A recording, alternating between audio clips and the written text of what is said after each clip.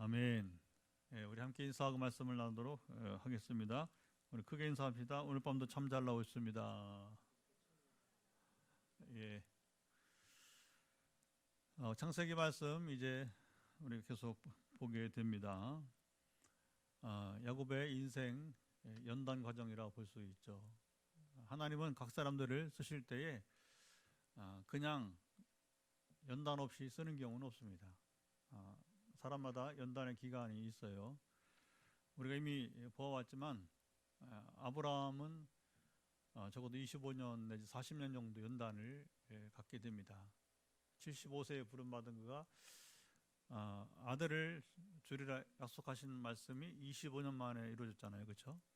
그리고 그 낳은 아들 독자를 또 하나님께서 번제 드리라 했을 때 순종하기까지 그 이후로도 또 많은 세월, 그래서 적어도 한 40년 이상의 연단을 갖게 되었고, 모세를 봅시다. 모세도 얼마나 많은 인생 연단을 가졌습니까? 그가 40세까지 애굽의 왕자로서, 이집트 왕자로서 학문과 그리고 여러분 여러 이제 전쟁, 전략, 리더십을 웅변까지 다 배웠단 말이에요. 그런데 하나님은 그것으로서 야곱 이제 모세를 쓰시지 않으시고 그를 미디안 광야로 여러분 나아가게 합니다. 40년간 광야에서 그는 다시 연단의 시간을 보내게 되고 80세에 부름받아서 이스라엘을 출애굽하는 대장정에 이르게 하게 되는 것이죠. 요셉은 이제 만 17세에 이제 노예로 팔려서 13년을 그는 연단을 갖고 30세에 총리가 되어서, 당시에 애굽의 총리를 감당하려면 그 연단이 필요했기 때문에 13년의 모진 고난을 그는 겪으면서 하나님 쓰시는 사람이 되었다는 것이죠. 자, 그러면 야곱의 삶을 나누는데, 야곱은 몇 년 동안 연단을 받은 것이에요?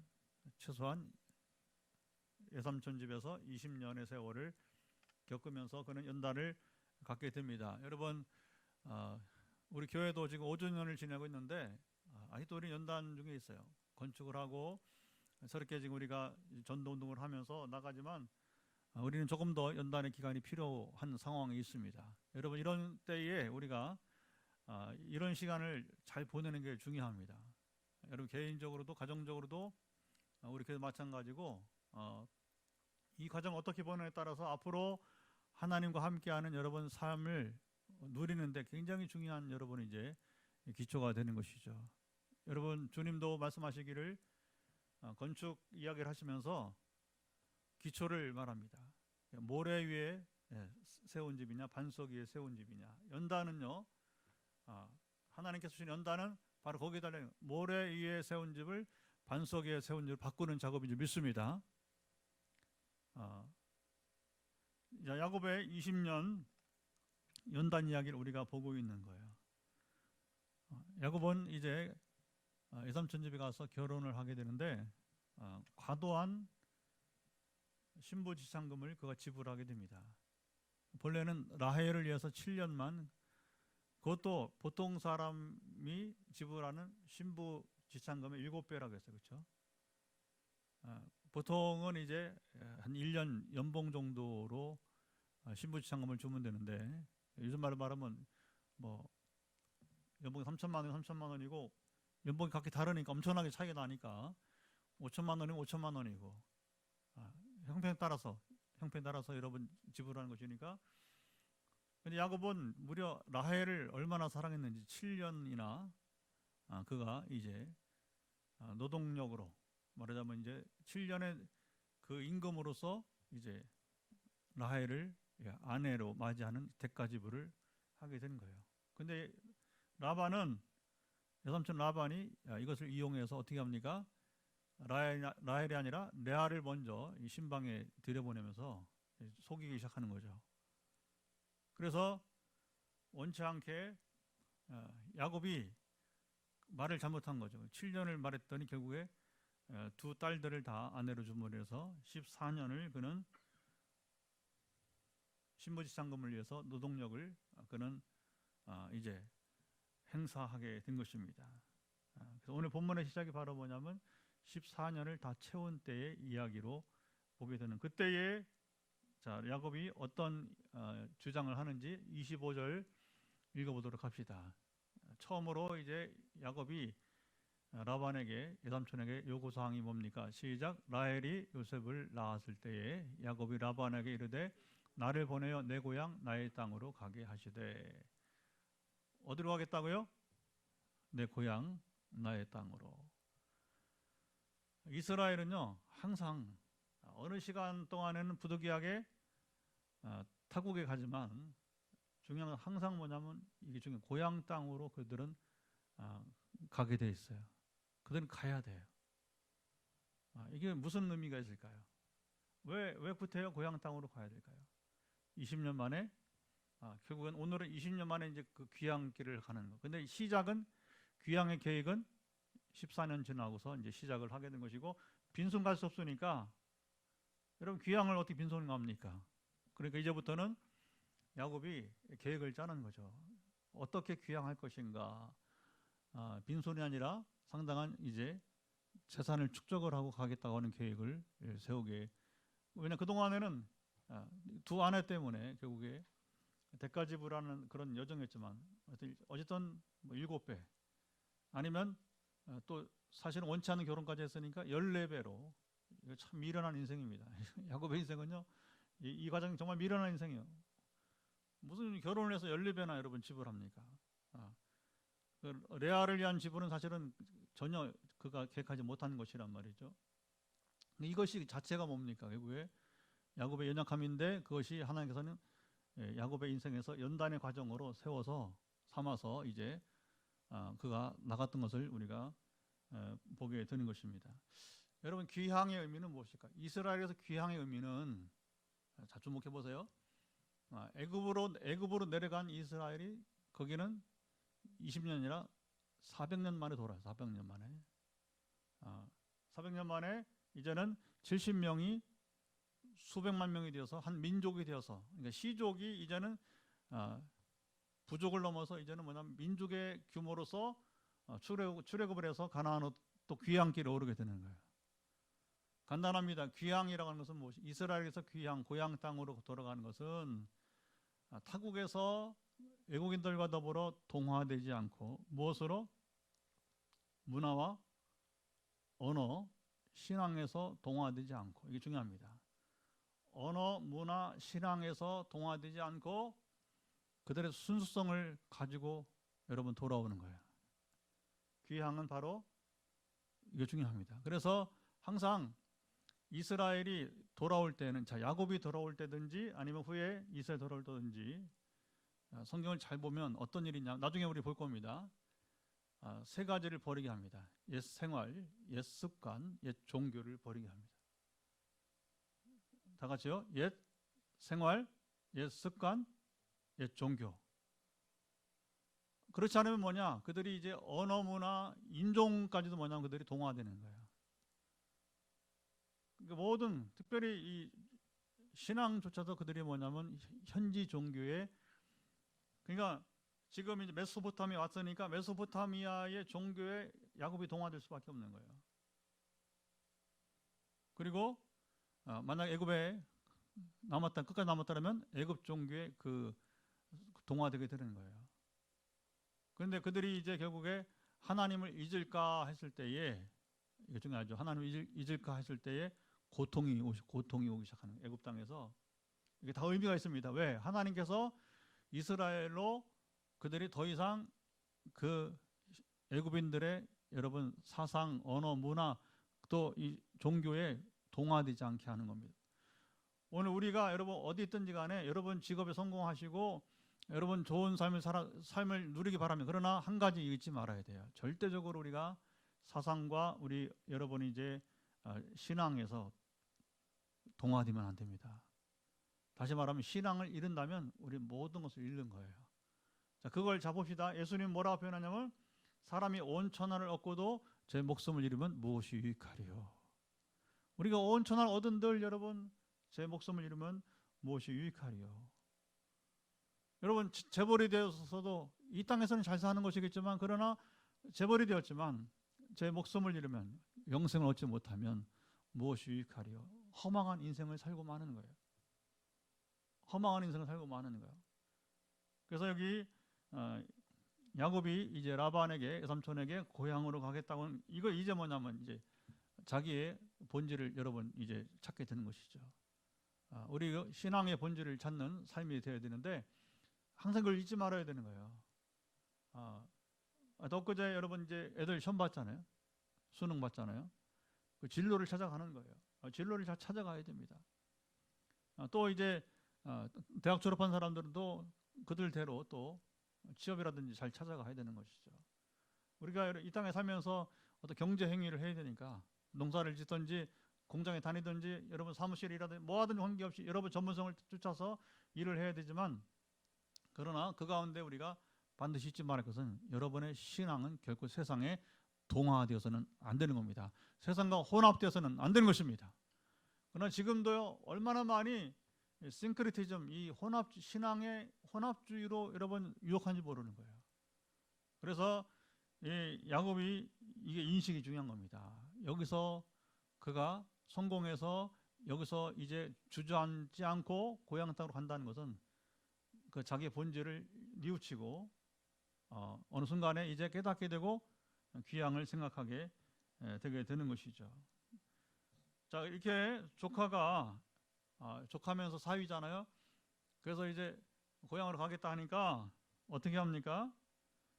이제 허락을 요청할 때에 라반은 허락할 리가 없죠. 자, 27절 한번 보도록 합시다. 27절 라반이 그에게 이르되 여호와께서 너로 말미암아 내게 복 주신 것 줄을 내가 깨달았노니 내가 나를 사랑스럽게 여기거든 그대로 있으라. 만류하는 거죠. 그러니까 여기 야곱은 이제 강한 의지로서 나는 귀향하겠다 요청하고, 그리고 외삼촌은 그대로 있으라 만류하게 되는 것입니다. 만류하는 이유는 무엇입니까? 거기 자신이 복을 받게 된 것은 누구 때문에? 야곱 때문에. 어떻게? 하나님께서 야곱으로 말미암아 바로 라반 자신에게 복을 주었다고, 그리고 그것을 깨닫게 되었다고 하는 것입니다. 사람은요, 신앙이 없어도 결국은 여러분은 이제 그걸 알게 되는 거예요. 알게 되는 거예요. 요즘 우리가 전도를 많이 한다고 하잖아요. 어쨌든 간에 전도하면서 더 많은 사람들을 만나게 돼. 화요일 하루 전도할 때는 일주일에 하루 만나는 사람인데, 지금은 화수목금 전도하니까 어쨌든 간에 지금은 4배로 사람 만나잖아요. 박 장로님이 굉장히 도전을 주고 있고, 또 장로님 본인이 그렇게 360일 전도하니까 이 목사인 제가 많이 부끄러움을 느껴요. 솔직히 전도에 대해서는.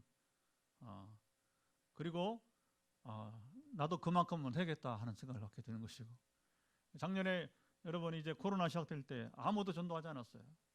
저도 3주간 쉬었어요. 한 달째 쉬니까 내가 뭐 하지 하는 이 면봉이 오더라고요.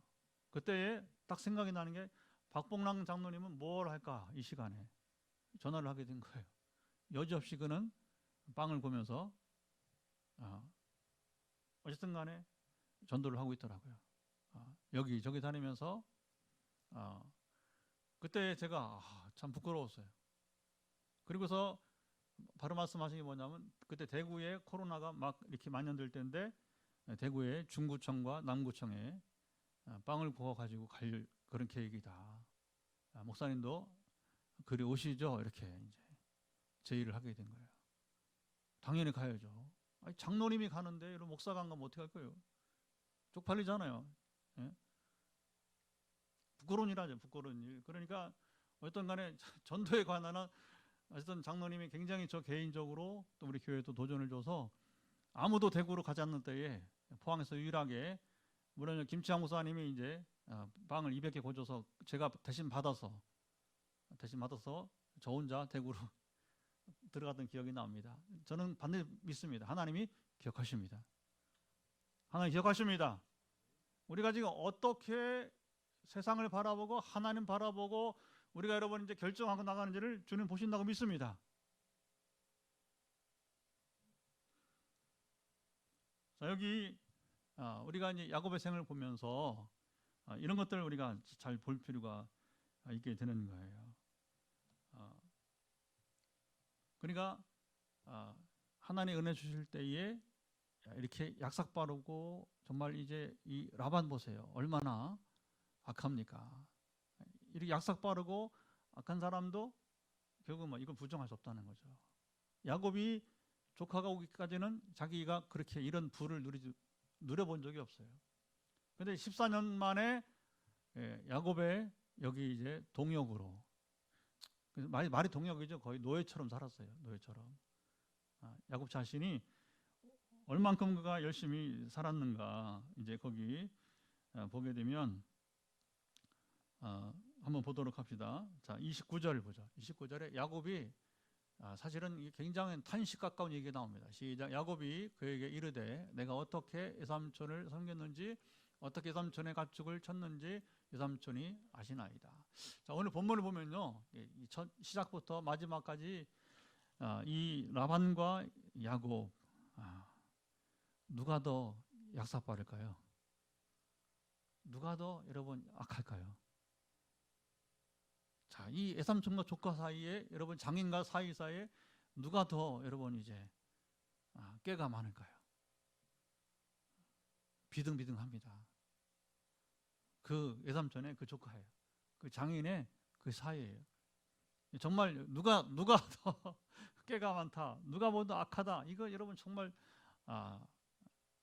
순위를 매길 수가 없는, 무승부로 봐도 괜찮을 만큼 좀 비등비등한 사람이 만나서 20년을 보내게 되는 거예요. 그런데 여기 중요한 것은 지금 29절 읽은 이유는 그 가운데에도 야곱이 라반보다 나았던 게 있는 겁니다. 뭐가 나았습니까? 그는 엄청나게 성실한, 여러분이 이제 목동 생활을 했다는 거예요. 연단의 기간에 배짱이처럼 노는 사람은 그 연단이 아니에요. 타락이에요. 타락. 어떻게 간에 우리 인생은 여러분이 이제 이 야곱처럼, 야곱이 장점입니다. 평생 우리는 부지런해야 됩니다. 부지런해야 됩니다. 열정을 가지고 살아야 됩니다. 이거 한번 여러분 우리가 게으르면요, 그건 뭐 말할 게 없어요. 아무 소망이 없는 인생이 되는 것뿐만 아니라 하나님 앞에 가서 뭐라고 말하겠어요, 여러분. 일단 우리가 어쨌든 삶에서는 야곱처럼 부지런하시기 바랍니다. 부지런해야 쓰임 받아요. 이게 중요한 겁니다. 얼만큼 그가 일을 했는가, 우리 창세기 31장 38절부터 41절 한번 읽어보겠습니다. 이 수고 때문에 여러분 라반이 부자가 된, 그냥 공짜로 된 게 아니란 말입니다. 하나님께서 복을 주실 때에 우리의 희생과 수고 없이 복을 주는 경우는 없어요. 이걸 아셔야 됩니다. 38절부터 천천히 읽어봅시다. 내가 이 20년을 외삼촌과 함께 하였거니와 외삼촌의 암양들이나 암염소들이 낙태하지 아니하였고 또 외삼촌의 양떼 순양을 내가, 자, 여기 보시면 이게 참 중요합니다. 여러분, 번창하려면 어떻게 해야 돼요? 낙태가 없어요. 낙태가. 짐승대가 자랄 때에 낙태를 줄여야 되는 거예요. 근데 그는 이거 심혈을 기울여서 뭐냐? 낙태를 하지 않겠다는 거예요. 그리고 외삼촌의 양떼 순양을 내가 먹지 않았다. 외삼촌의 소유를 건드리지 않았다는 거예요. 자기가 얻은 싹스에서 그 일부를 먹었을 뿐이지 결국 외삼촌의 것을 하나도 훔치지 않았다는 얘기겠잖아요. 정직함이죠. 그 다음에 39절 봅시다. 물려 찢긴 것은 내가 외삼촌에게로 가져가지 아니하고 낮에 도둑을 맞았든지 밤에 도둑을 맞았든지 외삼촌이 그것을 내 손에서 찾았으므로 내가 스스로 그것을 보충하였으며 하나도 외삼촌의 것에서 손해를 보게 한 것이 없다는 거예요. 완벽한 노동자입니다. 완벽한 노동자예요. 40절 봅시다. 내가 이와 같이 낮에는 더위와 밤에는 추위를 무릅쓰고 눈붙일 겨를도 없이 지냈나이다. 전에 제가 얘기했잖아요. 저는 농사실어서 공부했다고. 여기 더위와 추위를 무릅쓰고, 이게 참 어려운 거예요. 농번기만 일하면 괜찮은데 농한기에도 겨울에도 일을 해보세요. 이게 참 보통 일이 아닙니다. 그런데 야곱은 더위 가운데도 추위 가운데도 그는 쉬지 않고 거기다가 눈 붙일 겨를도 없이, 왜냐하면 이제 이 목동들이 삶이 그렇다는 거죠. 자, 농사꾼들은 여러분 차라리 밤에는 잠이라도 충분히 자잖아요, 그렇죠? 이번 주 주일 설교를 우리 준비하면서 추수감사절인데 선한 목자 이야기를 나눌 거예요. 그래서 우리가 목요일 날 이제 수요일에서 목요일 옮겼어요, 시간을. 우리 한 14명, 이제 한 명이 또 그 떨어졌어요. 이게 어려워. 같이 함께 모인다는 것이 성실하지 못하면 함께 못하니까. 그러니까 쭉 같이 하다가 한 분이 뭐냐면 자기는 도저히 양심에 성실을 다하지 못하기 때문에 못하겠다 해서 이제 맞았어요. 어쨌든 간에 이번 주에 설교 준비하는데 목동 얘기가 나왔습니다. 선한 목자 이야기니까 한 목사님이 몽골에 가서 거기에 이제 그 양을 치는 목동 그 게르 천막 생활하면서 어떻게 양치기 하는지를 체험을 한 겁니다. 그 광야에서, 몽골의 광야에서. 그런데 잠을 잘만 하면 이 목동이 뛰쳐나가고 또 잘만 하면 뛰쳐나가고 그런다는 거예요. 왜 그러냐면 이 귀가 하도 예민해서 양떼에 어떤 문제가 있으면 목동이 뭐냐면 지금 저 얘기하는 겁니다. 눈 붙일 겨를 없다는 그거예요.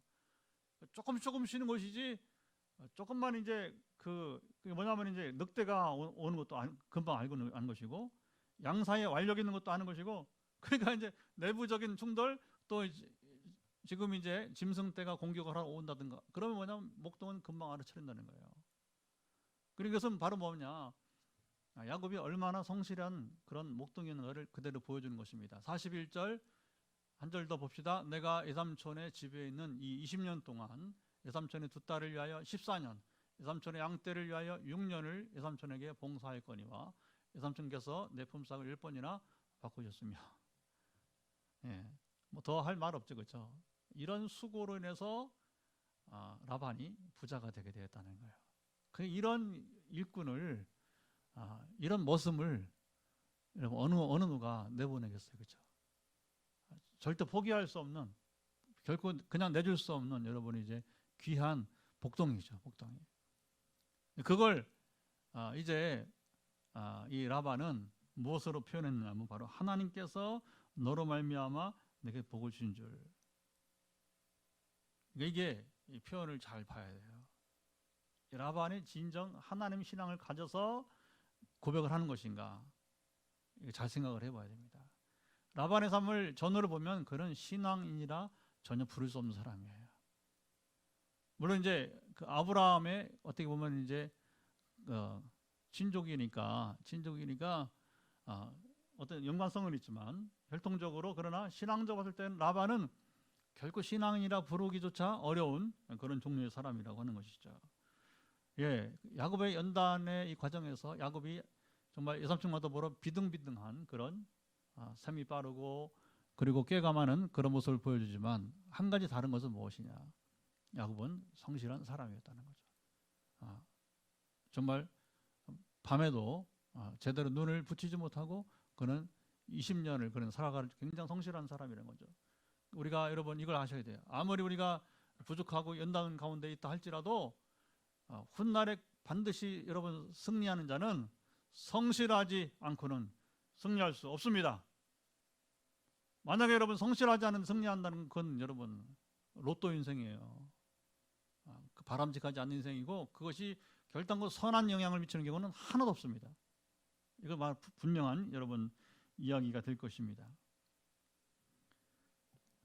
야곱이 이야기를 이제 하면서 30절 내가 오기 전에는 예삼촌의 소유가 적더니 번성하여 때를 이루었다. 그랬는데 이제 그만하면 예삼촌이 부자가 됐으니까, 자 30절 한번 띄워줘 보세요. 끝에 보면 나는 언제나 내 집을 세우리까. 무슨 말이에요? 나는 언제나 내 집을 세우리까. 나도 이제 독립을 해야겠습니다. 독립선언하는 거예요. 독립선언하는 것이요. 이건 굉장히 중요한 겁니다. 여러분 마음이 좋다고 그게 다는 아니에요. 우리가 마음이 좋아야 되지만 그러나 분별을 해야 돼요. 분별을. 내가 이렇게 사는 인생이 바람직한지를 한번 볼 필요가 있는 거예요. 야곱은 자기 인식을 지금 하고 있는 겁니다. 자기 인식을 하고 있는 거예요. 내가 외삼촌의 종이 되어 살고자 온 것이 아니라고 하는 거예요. 내가 단지 이곳에서 결혼을 위해서 온 것이 아니라고 하는 거예요. 이제는 여기는 더 이상 내가 거할 것이 아니라고 하는 이 자기 인식이 필요한 겁니다. 여러분, 우리가 세상에 열심히 살아야 됩니다. 그러나 그 가운데도 항상 우리 자기 인식이 있어야 돼요. 내가 누구인가? 나는 무엇을 위해 살아가는가? 내가 지금 하는 일은 바람직한 것인가? 내 삶을 진정 성공적인 삶이라고 말할 수 있는가? 단지 먹고 사는 것, 단지 여러분 가족을 세워서 자녀를 기르고 있는 것, 물론 자녀를 잘 길러야 됩니다. 자녀 행복히 살아야 됩니다. 그러나 단지 경제적 삶을 여러분 누리면서 그리고 자녀들이 잘 되는 것으로서 만족한다면 좀 생각해 봐야 됩니다. 당신은 하나님과 무슨 관계가 있습니까? 당신의 가정은 하나님 나라와 어떤 관계에 있습니까? 이걸 질문해야 되는 거예요. 당신 교회는 하나님의 나라와 어떤 상관이 있습니까? 단지 교회가 사람들이 모이니까, 그리고 여러분 이제 헌금이 모이니까, 재정이 여유가 있으니까, 먹고 사는데 문제가 없으니까 그것으로 배불러서 여러분 이제 이게 세속주의 목회라고 하는 거예요. 세속주의 목회. 우리는 항상 이 점을 간과하지 말아야 될 것입니다. 우리는 항상 하나님의 나라와 우리 직업, 하나님의 나라 우리 가정, 여러분 하나님 나라와 교회의 관계를 여러분 봐야 될 것입니다. 그리고 나는 과연 하나님 나라에 합당한 삶을 살고 있는가? 하나님 나라에 합당한 가정을 지금 이루어가고 있는가? 행복해야 되죠, 세상적으로도. 그러나 그 행복이 머물러서 하나님과 하나님과 관계없는 가정이 된다면 심각한 위기에 빠져 있는 걸 알아야 되는 거예요. 야곱의 귀향은 그런 의미가 있어요. 여기 있으면 더 이상 하나님 나라를 누릴 수가 없는 거예요. 귀향을 해야지 본질을 찾아서 살아가게 되는 것입니다. 야곱은 이제 약 6년 정도의 시간을 통해서 아까 거꾸로 봤죠. 귀향 계획을 세우는데 빈손 갈 수 없으니까 자기의 재산을 형성을 해서 그리고 이제 귀향길을 준비하는 모습을 보게 됩니다. 그렇게 해서 외삼촌과 계약을 맺게 되는데 어떻게 계약을 맺냐면 아주 어리석은 계약을 맺고 있습니다. 32절을 한번 보도록 합시다. 어떻게 계약을 하는지, 오늘 내가 외삼촌의 양떼에 두루다니며 그 양 중에 아롱진 것과 점 있는 것과 검은 것을 가려내며 또 염소 중에 점 있는 것과 아롱진 것을 가려내리니 이 같은 것이 내 품삯이 되리이다. 이런 바보가 어디 있어요? 여러분, 양은 흰색이 많아요? 아니면 여기 야곱이 자기 것으로 삼는다고 하는 여기 아롱진 것 또 검은 것이 많아요? 양 흰 것이 많아요. 이건 변종이에요, 변종. 양은 되게 거의 흰색이에요. 아롱지 검은 것은 아주 희귀종이에요, 희귀종. 그런데 왜 야곱은 바보처럼 여러분, 왜 그는 흰색의 양을 원하지 않고 이렇게 아롱지고 검은 것을 그가 자기 소유로 말하고 있는가? 아주 예외적인 여러분 이제 품삯을 요구하고 있는 것입니다. 제가 성경 연구를 하면서 찾아봤는데 답이 없어요. 왜 이런 모험을 할까요? 구태여 제가 근거를 찾는다면 28장 성경을 펴보시 바랍니다. 제가 추가 성경 주지 않았는데 28장 보면 거기 하나님께서 이제 약속을 준 것이 있어요. 그 약속이 뭐냐면 야곱이 이제 고향을 떠나서 베델에서 꿈을 꾸는데 그때 하나님께서 뭐라고 말씀하시냐면, 자, 우리 28장 15절 영상을 띄울 수 있습니까? 28장 15절. 예, 빨리 찾았습니다. 같이 한번 읽어보죠. 시작. 내가 너와 함께해서 네가 어디로 가든지 너를 지키며 너를 이끌어 이 땅으로 돌아오게 할지라. 내가 네게 허락한 것을 다 이루기까지 너를 떠나지 아니하리라.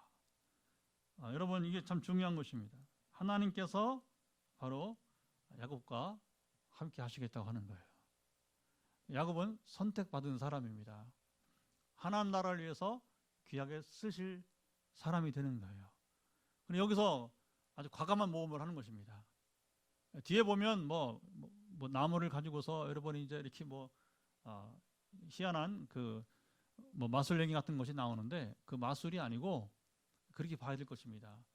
하나님이 나를 이곳에 보내셨고 그리고 내가 이곳으로 오는 동안에 하나님께서 베들에 약속하신 약속을 만약 제가 하나님 음성을 들었다 하면 저도 그것은 기억할 것입니다. 가끔 제가 이렇게 우리가 교제하면서 제가 들은 하나님 음성 아니면 또 일부에서 아울리치 온 분이 여러분 준 음성을 저는 여러분에 선포합니다. 그리고 그것이 이루어졌음을 또 선포하게 되고 할렐루야.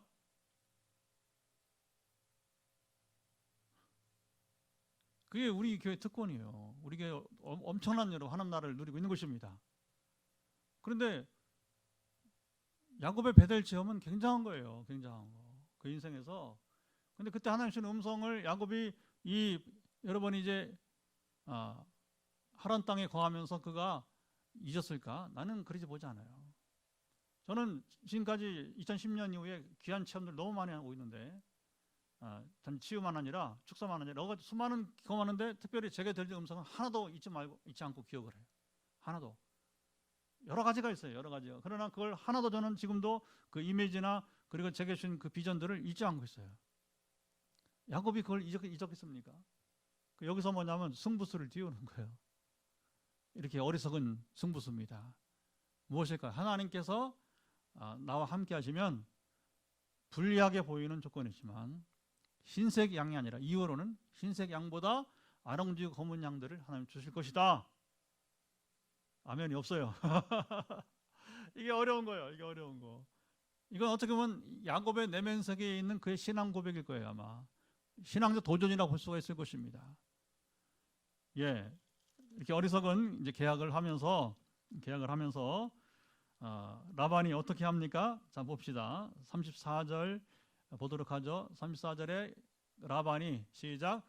라반이 이르되 내가 내 말대로 하리라 하고. 정상적인 외삼촌이라면요 허락하면 안 되는 거예요. 야, 너 정신 나갔냐? 아니 양이 새끼 나면 거의 대부분이 흰색인데 너 어떻게 하려고?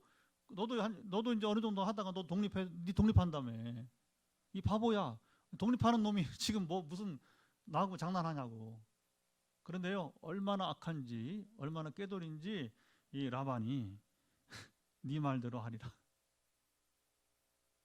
이 바보의 여러분 이 약속을 턱 받는단 말입니다. 얼마나 이 세속주의인지 몰라요. 기회주의자 라반, 성공주의자.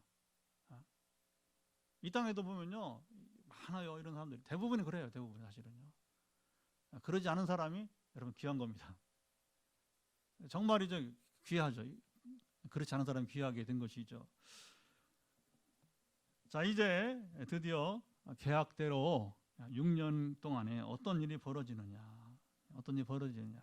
이제 이후의 스토리가 이어지고 있는 것입니다.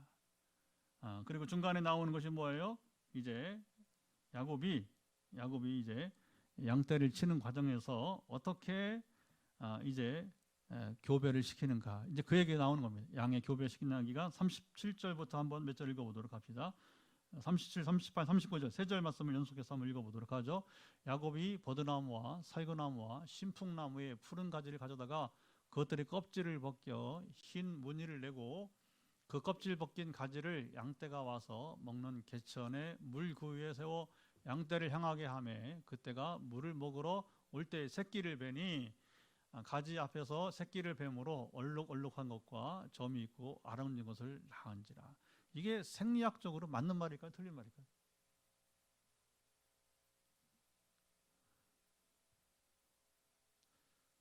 참 어려운 질문이죠. 그렇죠? 예. 우리가 생물학자가 아니니까. 이게 과연 통하는 그런 교배 방식일까요? 그래서 이제 이것이 옳다 틀리다 하는 말은 없고요. 어느 이제 제가 자료를 보니까 야곱 나름대로 14년 동안에 그 목동 생활을 하면서 교배 방식을 터득한 것이 아니냐 이렇게 이제 보는 견해가 있었습니다. 그런데 야곱 자신의 말을 들어봐야 돼요. 어떻게 해서 이렇게 됐는지 31장 42절을 이게 난 답이라고 봅니다. 한번 읽어보죠. 시작. 우리 아버지 하나님 아브라함의 하나님 곧 이삭이 경외하는 이가 나와 함께 계시지 아니하셨더라면 외삼촌께서 이제 나를 빈손으로 돌려보냈을 라마는 하나님이 내 고난과 내 손의 수고를 보시고 어젯밤 외삼촌을 책망하셨나이다. 자, 여기 보면 아브라함의 하나님, 이삭의 할아버지 그리고 아버지의 하나님 언급하면서 여기 하나님께서 함께 계셨다는 사실을 증거하고 있는 것입니다. 자, 보세요. 그러면 야곱은 베델에서 아까 우리가 읽은 하나님께서 함께 하실 약속을 믿었던 것이고, 그리고 여기 지금 증언이 뭡니까? 하나님이 함께 하심을 증언하는 것입니다. 자, 베델에서는 그것을 믿음으로 취했고, 그리고 20년 지난 지금 뭡니까? 그 약속이 성취된 것을, 그 약속을 누린 것을, 성취를 누린 것을 증언하고 있는 것입니다. 할렐루야. 여러분, 신앙 그거예요. 신구약 성경 66권 1100년 이상, 저거 1000년 세월 걸쳐서, 세상에 1000년 세월 걸쳐서 쓰인 책은 성경밖에 없어요. 최소한 1100년. 근데 모세가 언제냐, 이게 따라서 많은 시간차가 있어요. 현대 과학이 발달해도요, 모세가 언제 살았는지 몰라요. 그래서 보수주의 사람들은 가능한 멀리 잡으니까 주전 1500년 전. 그리고 이제 되게 진보주의 사람들은 되게 주전 1000년으로 가요. 500년 차이는 500년 차이나. 신학이라는 게 참 웃깁니다. 보면은 이게 얼마나 형편없는가. 이게 과학이라는 게 얼마나, 불과 여러분 3000년 4000년 전 일을 알 수가 없어요. 우리가 뭐 과학이라 뭐 탄소 측정 이런 얘기하지만, 그러나 연대기에 대해서는, 이 연대기는 정말 가물가물한 거. 왜냐하면 문서가 없으니까. 우리가 여러분 주전 주후는 예수 그리스도로, 바로 예수님이 태어난 해가 영년이요, 소위 말하면 이제. 그러나 그것도 고고학에 의하면 사실은 지금 2021년인데 플러스 3년을 해야 된다는 사람들이 있어요, 학계에서는. 그러니까 우리 인류가 뭐 뛰어난 것처럼 보이지만 이게 얼마나 어리석은지 몰라요. 아무튼 간에 이것이 1000년이든 1500년 관계없이 여러분 한 책이 1000년 1500년 걸쳐서 기록된 성경 어디 있습니까? 책이 어디 있습니까? 그런데 이것이 뭘 말하느냐? 약속과 성취라는 겁니다. 시작. 약속과. 굉장히 중요한 거예요. 성경이 뭐냐? Promise and Fulfillment. 하나님 약속하시고 그 역사가 성취된 것이다. 예수님도 뭐라고 합니까? 오늘 성경이 예언한 것이 응하게 약속이 이루어진 날이라는 겁니다. 누굴 통해서? 자기를 통해서. 예수님 통해서 이루어져서 선포하게 된 것입니다. 오늘 우리도 그래요. 오늘 우리도 이 성경이 약속한 바를 이루어가면서, 그리고 또 뭐냐, 이제는 여러분 야곱처럼 하나의 약속을 받는 자가 되길 바랍니다. 그 약속을 성취한 자가 되길 바랍니다. 저는 개척을 하면서 이 성전 건축에서는 첫 번째 성취를 한 거예요. 지금 어쨌든 간에 그 다음 몰라요. 두 번째까지 있는 것으로 저는 알고 있는데, 그러니까 우리가 이게 중요한 거예요. 하나님의 예언, 약속이 있으면 뭐냐, 그 예언은 반드시 이루어진 날이 있다는 거예요. 야곱은 이 연단 속에서 무엇입니까? 바로 약속을 받은 자가 되었고 약속을 끝내 이룬 자가 됐다는 거예요. 그러니까 여기에 무슨 야곱이 뭐 양을 교배하는 여러분 어떤 그 방식을 뭐 지금처럼 어떤 유전자 여러분 또 아니잖아요. 단지 뭐 나무 칼날을 가지고서 그걸 보게 했더니 여러분 그게 그 색깔이 나왔다? 얼토당토하는 얘기예요. 아주 여러분 이건 터무니없는 얘기가 되는 것이죠. 다만 야곱이 그렇게 행했더라는 사실을 성경은 사실을 말하는 것뿐이지, 이것의 결과로서 아롱지고 검은 양이 나왔다고 하는 것은 터무니없는 얘기라는 거예요. 그래서 우리가 알 수 없는, 아까 말한 어느 주석가의 말처럼 이제 야곱이 독특한 교배 기술을 갖고 있다고 하는 것 모르죠. 혹시 있었다면 그것이 하나님이 주신 지혜일 수도 있겠죠. 그러나 그렇게 보는 것은 전혀 우리가 이해하기 어려운 무리한 성경 해석이라고 보게 되는 것이고, 참다운 해석은 무엇입니까? 성경을 가지고 풀어야 되는 거예요. 베들에서 하나님이 너와 함께 하시겠다. 야곱이 어떻게 베들에서 어떻게 합니까? 하나님이 약속을 지키시면 내가 돌아온 길에 이 베들에서 11조를 드리겠습니다. 이렇게 서약을 하잖아요. 서원하잖아요. 그렇죠? 그리고 고향으로 가는 마지막 장인과 결별할 때에 다시 이것을 기억을 하면서 말합니다. 그것은 하나님이 내게 주신 복이지 내가 외삼촌을 속인 것이 결코 아니라고 하는 거예요. 다만 여기 보면 이제 야곱이 아주 그 약삭 빠른 모습이 또 나오는데 그것이 어떤 것이냐면 자 41절 42절 한번 더 읽어보도록 합시다. 41절 42절 읽어보겠습니다. 튼튼한 양이 새끼 뵐 때에는 야곱이 개천에다 양떼의 눈앞에 그 가지를 두어 양이 그 가지를 곁에서 새끼를 베게 하고 약한 양이면 그 가지를 두지 아니하니 그렇게 함으로 약한 것은 라반의 것이 되고 튼튼한 것은 야곱의 것이 된지라. 이제부터는 아주 다시 이제 그가 삼촌에게 당한 것만큼 다시 삼촌을 그렇죠? 정직하지 못한 모습을 나타내고 있기는 합니다. 그래서 비등비등하다는 거예요. 라반이나 야곱이나 비등비등한 사람이라는 거예요. 아직은 야곱은 연단 가운데 있는 성숙하지 못한 신앙인의 모습을 그대로 나타내주고 있는 거예요. 그런데 이렇게 허물과 여러분 죄가 많은 인생이지만 하나님은 기다리시는 거죠. 20년을 기다리고 다시 또 그가 고향으로 가는 길 그리고 고향에서 가서도 베델을 찾지 않아요. 그러다가 딸 디나가 강간을 당하고 그러면서 또 아들 레이와 시므온이 살해를 하잖아요. 살상하잖아요. 살상. 아주 험한 일을 당하게. 그 다음에서 뭐냐면 야곱이 정신을 차리고 아차 내가 서원을 지켜야지 하고서 베델로 가는 그때가 베델로 가는 거예요. 그 베델에 갔을 때에 자 봅시다. 20여 년 전에 고향 땅을 떠나기 전에 베델에서 만난 하나님 그리고 잊고 지내다가 딸과 그리고 아들들의 실수를 보면서 정신을 차리게 되는 거죠.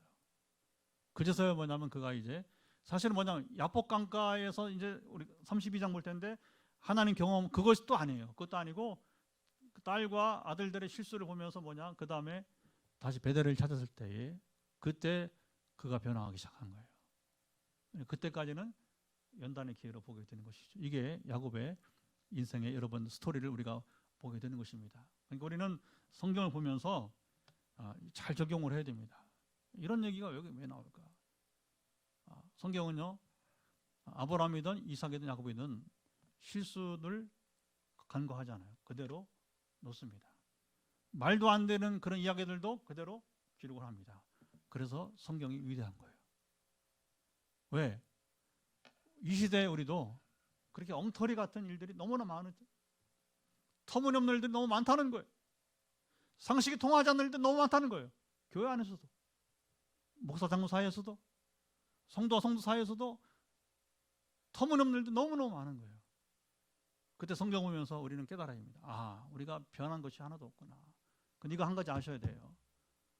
과정은 어리숙하고 바보 같고 그리고 여러분이 이제 철없고 그렇게 약삭 빠르고 셈이 많고 속이고 속임당하지만 그러나 그것이 부디 연단이 되어서 반드시 여러분 인생 개개인에서 교회 각 교회마다 결말은 아브라함처럼 이삭처럼 야곱처럼 좋게 결말이 나야 됩니다. 이게 교회사예요. 이게 교회사의 역사 이야기든. 오늘 왜 이런 이야기를 우리가 왜 읽어야 돼요? 형편없는 우리의 모습을 봐야 되는 거예요. 형편없는 여러분 교회 모습을 봐야 되는 거예요. 형편없는 여러분 직분자들의 모습을 봐야 되는 거예요. 그리고 뭐냐? 이것이 그냥 거기서 끝나면 안 되는 거예요. 반드시 우리는 거듭나야 됩니다. 반드시 여러분 변화해야 될 것입니다. 새롭게 돼야 될 것입니다. 그 키가 뭐냐? 바로 하나님의 나라. 죽어서 갈 천국이 아니라 그 나라만 아니라 이 땅에 사는 하나님 나라를 위해서 나는 가정은 교회는 어떻게 지금 연관되어 있는가? 어떤 모습으로 지금 하나님 앞에 살고 있는가? 무슨 자로 살고 있는가? 단지 행복이라는 여러분 잘못된 개념에 이기주의적인 여러분 이제 잘못된 성공주의, 세속주의적인 여러분 삶 속에서 놀아나는 것이 아니고 성경이 말하는 하나님 말씀 기대하시는 성숙한 여러분 그 나라의 여러분 하나님 나라의 여러분 그 자녀들이 되어야 될 것입니다. 그 나라 일꾼들이 되어야 될 것입니다. 하나님 지금 그런 사람을 찾고 있는 거예요. 기도합시다. 이제 우리 이 말씀을 들었으니까